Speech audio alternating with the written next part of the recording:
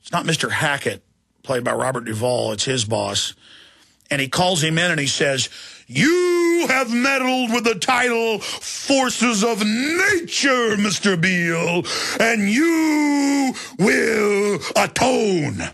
The Arabs have taken billions of dollars out of this country, and now they must put it back, Mr. Beale. They must," and he breaks down, "they must be allowed to buy U.S. companies, Mr. Beale. They must be allowed to buy shares in this network, Mr. Beale. They must buy U.S. shares, Mr. Beale, because it's the ebb and flow of international capitalization." Am I getting through to you, Mr. Beale? And they actually talk about, because that was all in the news at the time. A lot of this isn't even secret. And so the Arabs have been totally scammed for 30-plus years. They've invested almost all their money in the T-bills and the dollar. And when they bring that down, they're going to bring the Arabs down. The globalists are going to move everything basically to China. And when Williams was telling me all this, it's already hidden in plain view. I already knew everything he was telling me, but this is from a Bilderberg Group level individual confirming it. And just wait till we go over it.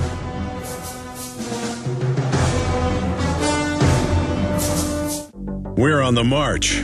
The Empire's on the run. Alex Jones and the GCN Radio Network. You may be arrested and or subject to other police action. Tyranny is here. The grim future foretold in 1984 has become reality. It really says that the state is God. The United States is now recognized globally as one of the most oppressive police states on earth. This film conclusively proves the existence of a secret network of FEMA camps, now being expanded nationwide. This documentary exposes how the continuity of government program has established an all-powerful shadow state. Police State 4 chronicles the sickening depths to which our republic has fallen. Prepare to enter the secretive world of emergency dictatorship. Body scanners, sound cannons, citizen spies, stage terror, and cameras on every street corner. It's only the beginning of the New World Order's hellish plan. The police state isn't coming. It's here. Secure your copy today at Infowars.com or see it online in the highest quality at PrisonPlanet.tv.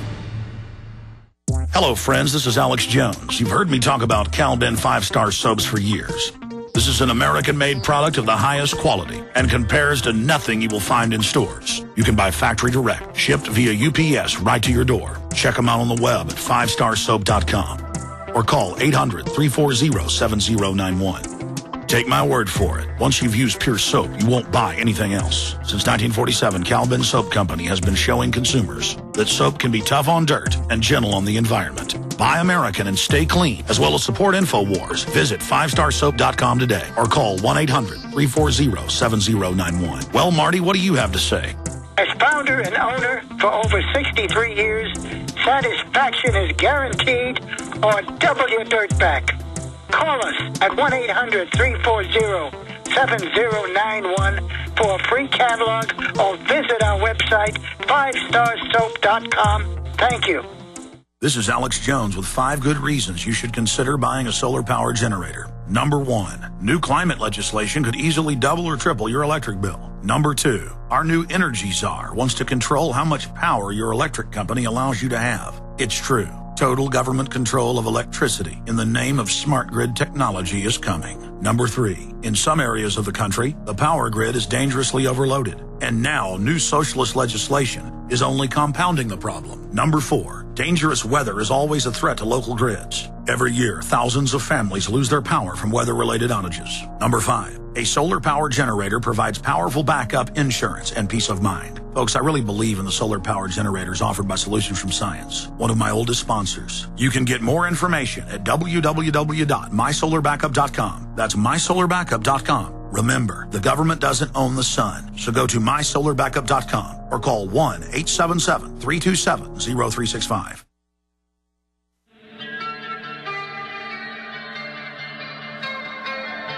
We now take you live To the Central Texas Command Center. in the heart of the resistance. You're listening to The Alex Jones Show.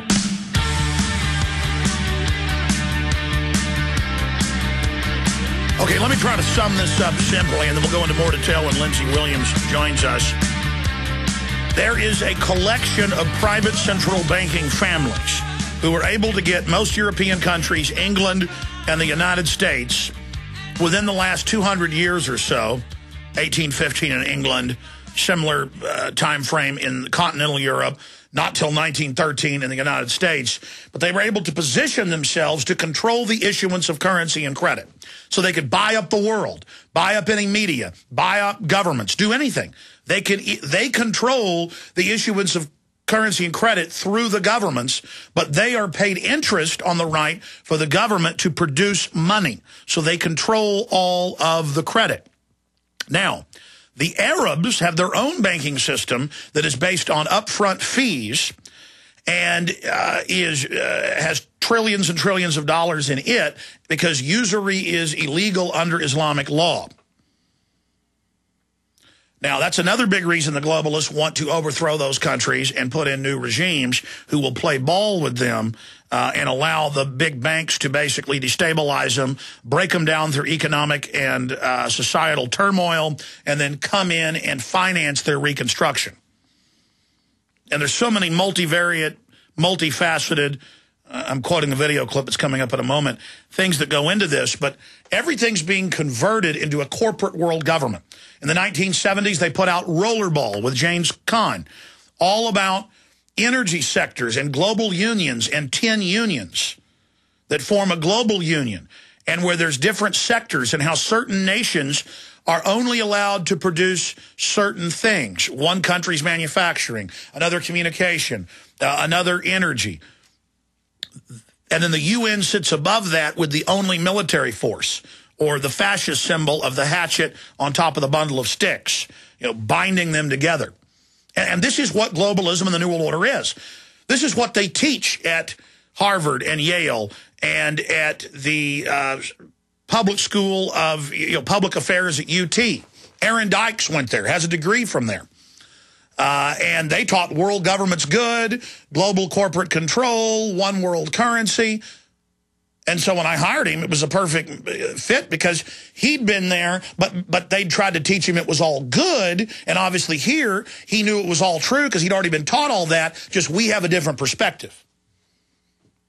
We don't want some far-off, unelected globalist who happen to be eugenicist, who want to set up a planetary regime, get us all under debt, shut down society, have one-child policies, and basically phase out and cull out the population. But Aaron, when he got here, would just laugh at the mainstream media, saying there's no world government, there's no new world order, when all he was taught was that it was good and it was great. And you hear these college students calling in, especially people going for their masters and their PhDs.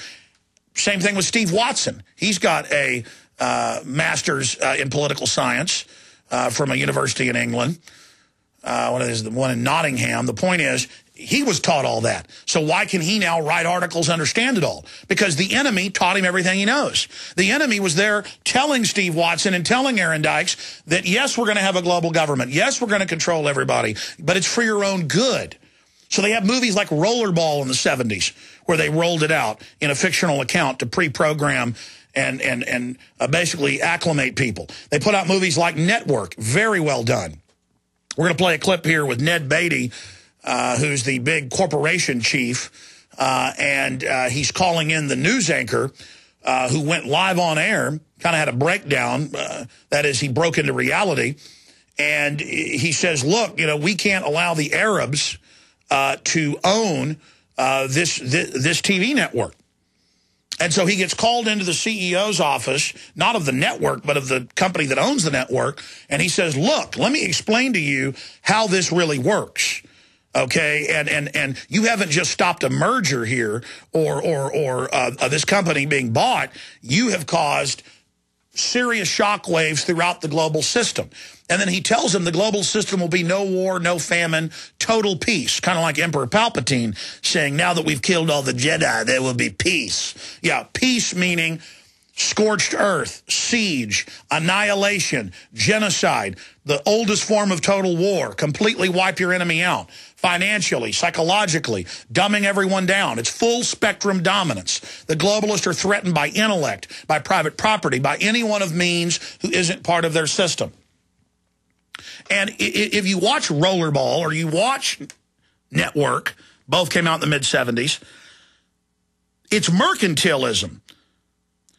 It's in the Associated Press again today. It broke a few weeks ago that China is internally putting pressure because they own over $1 trillion of, quote, U.S. T-bills, U.S. debt instruments, that they're ordering the Treasury to order the SEC to allow the Chinese to buy up critical infrastructure. Oil fields, toll roads, media companies, giant positions in stock markets, not the stocks being traded, the stock markets themselves. The Germans, the EU, driven by the Germans, are now taking over the New York Stock Exchange. It's all merging right now. And they've got this mercantilism where China keeps their currency low. Yeah, there's the headline, AP Business. China, state firms to hand over more profits. No, that's not it. It's a headline of China. Let me give you the exact headline. China used U.S. debt holdings to pressure U.S. Here, I'll just dig it out. Problem is I put all these articles together. There's so many, and then, it doesn't matter. It's all over the news. Everybody knows about it. I'm going to find it here because I don't want to just say something and then not have it. Maybe it's in my global stack. There it is. Cables show China used debt holdings to press U.S., and that's out of AFP, but it's also an AP. Good job, Marley. Okay, so there, documented that for you.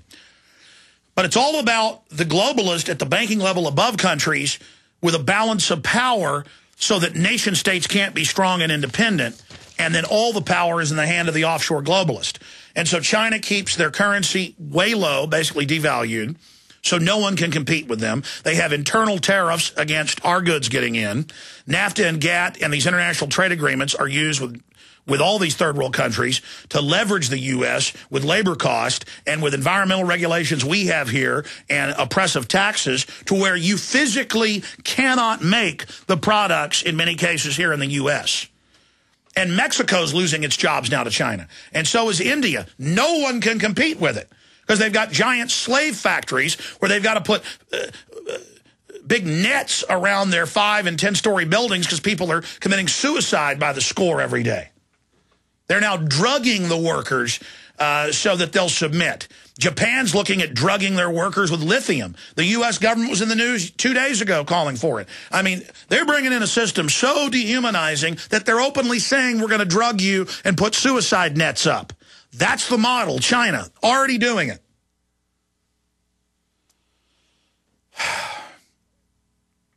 So it's mercantilism. And I go back to this 300 plus years ago. The British had really developed it, but the French economics professors developed the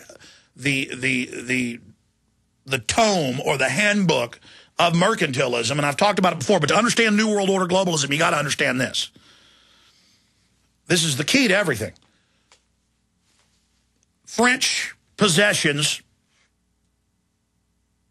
say in the case of the eastern half of Hispaniola, what's Haiti today, they would not allow, under penalty of imprisonment or death, even French citizens who were living there and running sugarcane plantation, slave plantations, to build a pickaxe, to forge a shovel, to make a firearm, to have any value-added product. There were even rules against glass, against blowing glass. And you can study this same thing in the British-run colonies that is, of course, the original 13 states. Before that, the 13 colonies. And then later when people would revolt, they'd say, okay, well, we'll just put a big tax on finished goods. They would only allow colonies to produce raw material